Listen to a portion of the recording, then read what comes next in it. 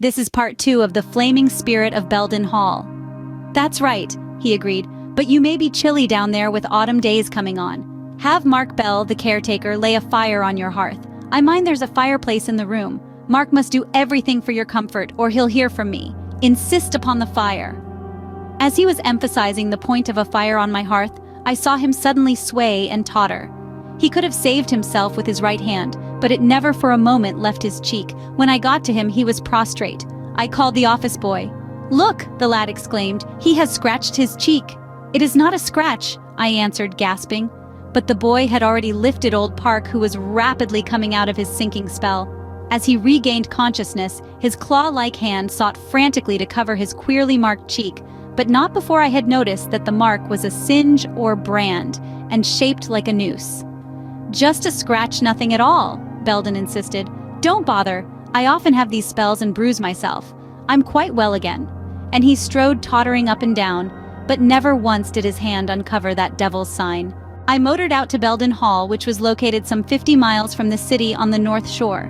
My only companion was a tiny monkey, Tango, a gift to me from a man who had lived long in Brazil. He was my mascot, and I thought I would surely need him this time. The restoration of a house which has stood uninhabited for a lifetime, and such an exceedingly long lifetime as Park Belden's, is no easy matter.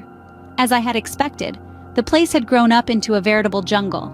A dense woods of small trees now separated the house from the highway, which was reached by a drive almost a mile in length.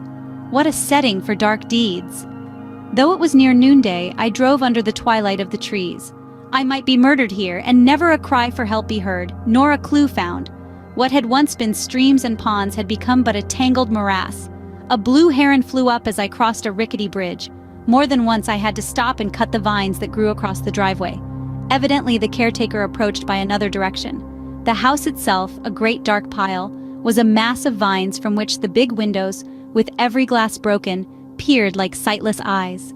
Stout iron bars secured the windows from the ingress of marauders, however. Up to the very walls of the old house the trees had marched, a conquering army through the years.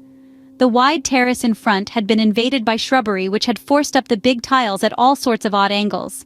I got out and peeped through the bars of a window. Upon a billiard table, as though left by a ghostly hand, lay cue and balls, thick with the dusty incrustation of the years. To be continued in part 3 of the flaming spirit of Belden Hall. Hey there! Remember to subscribe to XOXO Gossip Lips for more future videos, packed with entertainments, knowledge, and funs. Give this video a thumb up and please share it with your friends and families too. Our catchy background tunes was originally composed by Pierre de Matique. Please consider to subscribe to his channel as well. Thank you for watching. Cheers!